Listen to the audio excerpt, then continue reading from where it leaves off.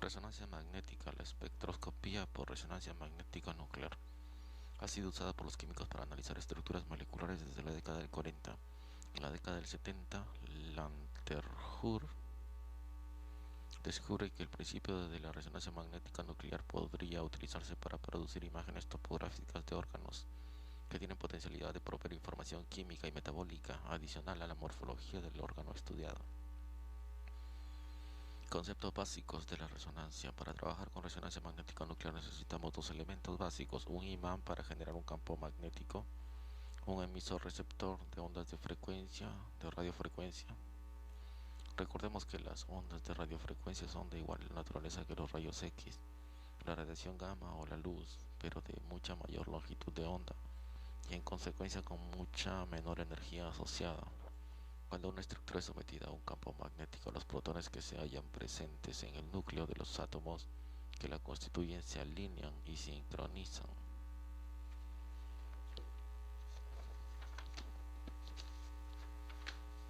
Los movimientos de rotación sobre sus ejes que normalmente realizan. A este fenómeno, que no pretendemos describir exhaustivamente, se lo denomina movimiento de precesión. Si en esta condición se hace incidir sobre la estructura previamente expuesta a un campo magnético una onda de radiofrecuencia, la energía de la misma es absorbida por los núcleos de la estructura. El dibujo fundamental de la resonancia: se ve una persona acostada y entra por lateral onda radiofrecuencia de excitación y sale onda radiofrecuencia de resonancia. El campo magnético son como barandas. La transferencia de energía solo ocurre para una radiofrecuencia data de la onda empleada, la denominada onda de resonancia. Cuando cesa la onda de radiofrecuencia, la energía absorbida por los protones es devuelta al medio, también en forma de una onda de radiofrecuencia, pero que su longitud de onda es característica del núcleo excitado: hidrógeno, carbono, sodio, fósforo, etc. De la explicación anterior surge la razón del nombre resonancia magnética nuclear, y que inicialmente se utilizara la técnica para determinar la presencia y concentración de varios elementos en la estructura explorada. El retorno del estado de equilibrio luego de la excitación para un átomo dado se denomina tiempo de relajación, T1, y es característico para cada elemento. Sin embargo, la desaparición total de la señal depende de la temperatura, de la movilidad del átomo considerado dentro de la estructura de la molécula y la presencia o no de moléculas paramagnéticas en las cercanías. Esto constituye el tiempo de relajación T2. La comparación de T1 y T2 nos da una información sobre el medio que rodea al átomo emisor. Formación de imágenes. Si un paciente es expuesto a un campo magnético y luego a una sección del mismo, es explorada por un sistema emisor-receptor de radiofrecuencia. Se obtendrá una información que tiene similitudes y diferencias con lo descrito en la tomografía computarizada, en la ecografía y en la cámara gamma, como en esta figura, donde se ve una persona de perfil en un campo magnético que va como rejas hacia arriba y hacia horizontalmente, las ondas hacia adelante y hacia atrás, emisor detector de radiofrecuencia. Entonces se proyecta una imagen reproducida. La similitud consiste en que a partir de una serie de señales en el organismo se reconstruye una imagen del mismo. En los aparatos de formación de imagen de resonancia magnética de primera generación se exploraba fundamentalmente la señal correspondiente al hidrógeno, como al componente másico. Como el componente más rico en el organismo es el agua, como este es el componente más rico, la imagen formada mostraría contrastes basados fundamentalmente en el contenido acuoso. Al avanzar el desarrollo de este método, se incorporó la información obtenida por resonancia de otros elementos, utilizándose asimismo la comparación del T1 y del T2. La computación. El empleo de la computación es capital en la resonancia magnética nuclear, como en todo método por imagen de diagnóstico moderno, pero aquí su participación es aún mayor. En el caso de la tomografía computarizada, una señal de tipo único es atenuada en mayor o menor grado en función de la estructura atravesada. En resonancia magnética nuclear, la naturaleza de la señal debe ser considerada tanto como su intensidad. Esto permite un mejoramiento de la calidad de la imagen casi ilimitado. Utilización de la resonancia magnética en medicina. La resonancia magnética permite una gran discriminación de contraste entre las partes blandas y es un método altamente sensible a los cambios histoquímicos. A través de la apropiada manipulación de la señal pueden formarse imágenes predominantemente relacionadas con el T1 o con el T2. Es por ello que existe la posibilidad de determinar tejidos patológicos in vivo, y aunque la categorización del T1 y T2 solo comienza, ya se sabe que los tiempos de relajación aún más prolongados en los tejidos tumorales son más prolongados en los tejidos tumorales. Ventajas y riesgos para el paciente y el personal. La principal ventaja de la resonancia magnética nuclear es la de no utilizar radiaciones ionizantes y dar imágenes de estructuras no bien exploradas en otras técnicas. Los riesgos a los que están sometidos los pacientes sometidos a resonancia magnética nuclear y el personal que maneja los equipos son los inherentes a la exposición de campos magnéticos estáticos y variables y a ondas de radiofrecuencia. Es evidente que no deben introducirse objetos ferromagnéticos, bisturíes, tijeras, etc. en el campo. Tampoco es recomendable someter a resonancia magnética a los pacientes portadores de marcapasos. Advertencia: claustrofobia, síndrome hipotónico. 2. Ultrasonografía. Formación de imágenes médicas con ultrasonido. De Física de Giancoli, página 444. El uso de ultrasonido en diagnósticos médicos en forma de imágenes llamadas a veces sonogramas es una importante e interesante aplicación de principios físicos. Se usa una técnica de pulsos y ecos muy parecida al sonar, excepto que las frecuencias utilizadas están en el rango de 1 a 10 MHz, o sea, 1 MHz es igual a 10 a las 6 Hz. Un pulso de alta frecuencia se dirige hacia el cuerpo y se detectan sus reflexiones desde fronteras o interfaces entre órganos y otras estructuras, así como lesiones en el cuerpo. Esto permite distinguir tumores y otros crecimientos anormales o bolsas de fluido. También puede examinar la acción de las válvulas cardíacas y el desarrollo de un feto. Y es posible obtener información de varios órganos del cuerpo, como el cerebro, el corazón y los riñones. Aunque el ultrasonido no sustituye a los rayos X, para ciertas clases de diagnóstico resulta muy útil. Algunos tipos de fluido y de tejido no pueden detectarse en las radiografías de rayos X. Sin embargo, las ondas ultrasónicas se reflejan en sus fronteras. Las imágenes de ultrasonido en tiempo real son como una película de una reacción del interior del cuerpo. La técnica de pulsos y ecos para la formación de imágenes médicas funciona como sigue. Un breve pulso de ultrasonido es emitido por un transductor que transforma un pulso eléctrico en una onda sonora.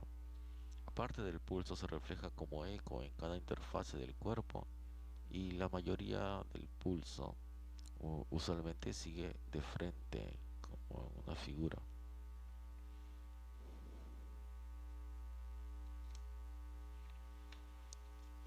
Donde vemos en esta figura una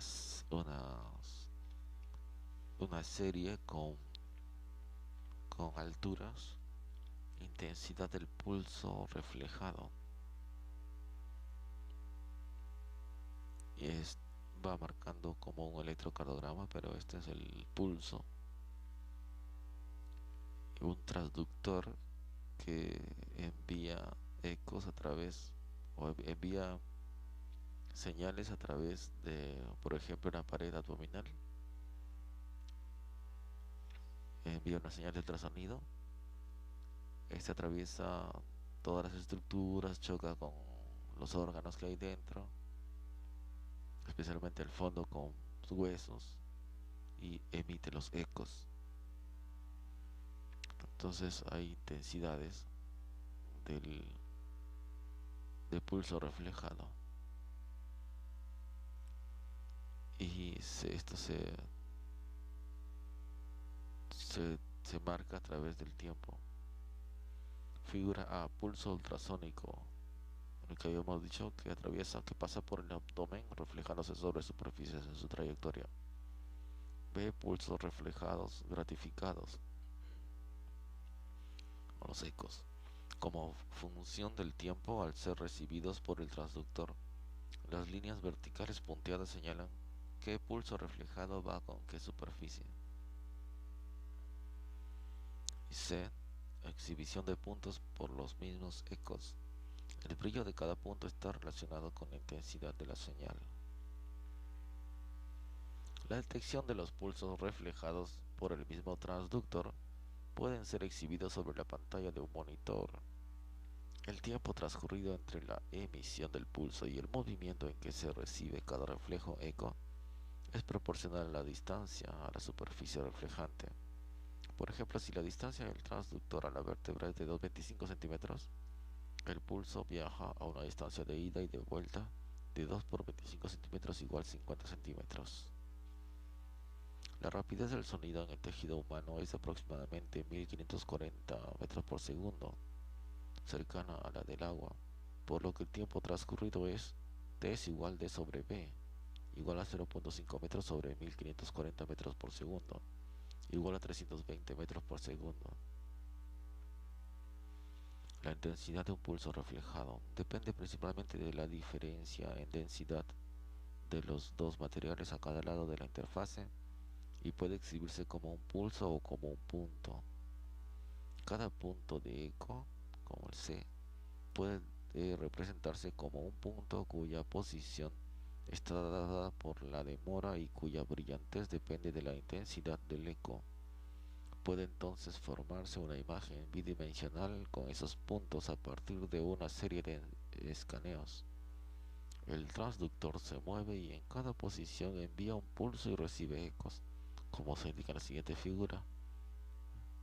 En A es posible gratificar cada traza espaciada adecuadamente una bajo la otra para formar una imagen sobre una pantalla del monitor. Y B solo se incluyen 10 líneas, por lo que la imagen es algo burda. Más líneas dan una imagen más precisa. Figura A se forman 10 trazos a través del abdomen moviendo el transductor o usando varios transductores. B. Los ecos se gratifican como puntos para producir la imagen. Trazos espaciados más cercanamente darían una imagen más detallada. 3. Tomografía axial computarizada. Aquí vemos el esquema donde hay fotos de tubos, en el otro lado tubos de rayos X y en el centro una rodaja explorada. Ningún descubrimiento comparable ha sido hecho en este campo desde que Röntgen descubrió los rayos X en 1895. Es la sencilla y elocuente frase referida a la invención de la tomografía computarizada en el comité del premio MacRobert. Simboliza la revolución que esta técnica ocasionó en el campo del diagnóstico por imágenes. La base de la tomografía computarizada es, como su nombre lo indica, el empleo de la computación para reconstruir una imagen a partir de la información obtenida cuando una fuente de rayos X gira en torno al volumen de estudio y lo examina desde distintos ángulos de escáner. La técnica reinicia con el pasaje de un haz de rayos X proveniente de un tubo proyector que gira en torno al volumen de estudio y lo examina desde distintos ángulos. En la tomografía axial computarizada, el haz gira alrededor del eje vertical del órgano explorado. El haz es mucho más focalizado que en la tomografía clásica, por lo que la zona explorada o rodaja es mucho menor, algunos centímetros. En cada ángulo de exploración, cada estructura atravesada contribuye con un coeficiente de atenuación propio a la atenuación total del haz. Al variar el ángulo, varía la participación relativa de cada estructura, lo que genera una información distinta. Los rayos emergentes son captados por fototubos que generan una señal eléctrica que es manejada electrónicamente. Esta es luego digitalizada, lo que permite reproducir el sector del cuerpo examinado atribuyendo a cada punto del mismo un número, matriz numérica. Se realiza posteriormente una correlación entre los valores numéricos y una escala de colores que va del blanco al negro, pasando por toda gama de grises. La imagen se reconstruye como si el corte fuera mirado desde arriba. Las imágenes anatómicas se reproducen sobre una pantalla de televisión y son luego fotografiadas para su análisis. La tomografía computarizada es el estudio de mayor resolución de todos los que utilizan rayos X. Esto es posible mediante el control de la radiación secundaria, lo que se logra disminuyendo el espesor de la colimación.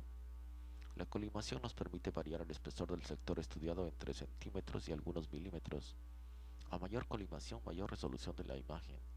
El desarrollo científico y técnico del método se ve reflejado en el diseño de nuevos equipos, la renovación de los programas de computación y sistemas de adquisición de datos en nuevas técnicas y posiciones tomográficas, cortes verticales y en progreso de la interpretación de imágenes. Su amplitud de aplicaciones y ventajas lo hacen prácticamente imprescindible en todas las ramas de la medicina, especialmente en la neuroradiología. En este campo el cambio cualitativo fue de tal magnitud que no se concibe dicha especialidad sin el aporte de la tomografía computarizada. Cormack en 1961 y Housefield en el 67 recibieron el Premio Nobel de Medicina en el 1979 por este invento. Radioactividad es la emisión de radiación o partículas procedentes del interior de los núcleos atómicos y capaces de ionizar átomos y moléculas. Se denominan radiaciones alfa, beta y gamma. Las radiaciones alfa y beta no son propiamente radiaciones, sino partículas, es decir, dos protones más dos neutrones. En el caso alfa hay un electrón o un protón antielectrón. En el caso beta negativo y beta positivo respectivamente. Aquí vemos en el esquema como los rayos alfa, beta, psi y gamma atraviesan de diferente manera, o sea, cada vez son más potentes, desde el más pequeño alfa hasta el final que es gamma, el más potente que atraviesa el aluminio, el plomo y el hormigón. Y los neutrones también son potentes. El origen de las radiaciones es la tendencia de los núcleos a tener en lo posible el mismo número de neutrones que de protones, ya que así, según el principio de exclusión de Pauli, se minimiza la energía. Por otro lado, la expulsión electrostática entre protones favorece que el número de estos tienda a ser algo menor que el de neutrones, tendencia tanto más acusada cuanto mayor es el núcleo.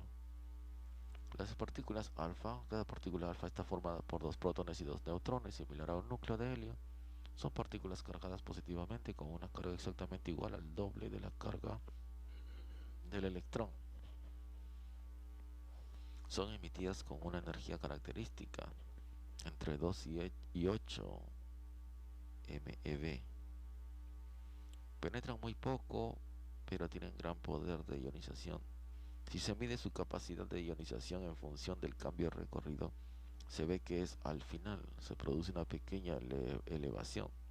Es justamente en esta última porción dada la ionización es alta. Al finalizar su recorrido, las partículas captan del medio dos electrones y se convierten en átomos de helio. Partículas beta. De acuerdo con su carga, las partículas beta se pueden clasificar en partículas beta negativas o negatrones, negatrones, negatrones, y partículas B positivas o positrones. En este tipo de desintegración, un neutrón dentro del núcleo se convierte en un protón con la emisión de una partícula beta y de un antineutrino. No hay esas B como un vector. No hay negatrones ni antineutrinos dentro del núcleo. Estos son creados en el momento del decaimiento a partir de un exceso de energía. El antineutrino es una partícula que no tiene masa ni carga, Z igual 0. Raramente interactúa con la materia y por eso no tiene significancia biológica. Su existencia fue postulada para no violar la ley de la conservación de la energía. Luego su existencia ha sido confirmada experimentalmente. Cuando un núcleo emite una partícula beta pierde un neutrón y gana un protón, por lo tanto el número másico permanece constante. Aniquilación de positrones. La aniquilación de positrones es un mecanismo de interacción que tiene lugar entre los electrones atómicos del medio y una radiación beta positiva que lo atraviesa. Las partículas son aniquiladas y su masa se convierte en dos rayos gamma de 0.511 MeV, o sea 511 keV, que viajan en direcciones opuestas. Rayos gamma. Un núcleo puede ser excitado por absorción de energía pasando a un estado conocido como transición isomérica. El decaimiento de un estado de excitación a otro de más baja energía o a la estable transición isomérica se produce a través de alguno de estos dos procesos: la emisión de fotones de alta energía gamma, el proceso de conversión interna. Los rayos gamma son radiaciones de ondas electromagnéticas de alta energía, más de 100 eV. Un rayo gamma y un rayo X de la misma energía no pueden ser diferenciados, ya que interactúan con la materia de la misma forma. La única diferencia entre ambos es su origen. Los rayos gamma son nucleares, los rayos X son orbitales. Los rayos gamma son altamente penetrantes pero escasamente ionizantes. Semivida y desintegración. Según la física cuántica, es imposible predecir cuánto va a tardar un núcleo determinado en emitir cierta radiación o desintegrarse. En cambio, es posible describir en promedio el número total de núcleos que se han desintegrado o que quedan por desintegrarse de una cierta población y en un instante dado.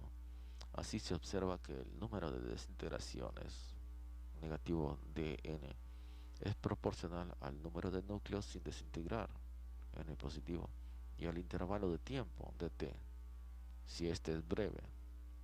Dn es igual a menos lambda n de t.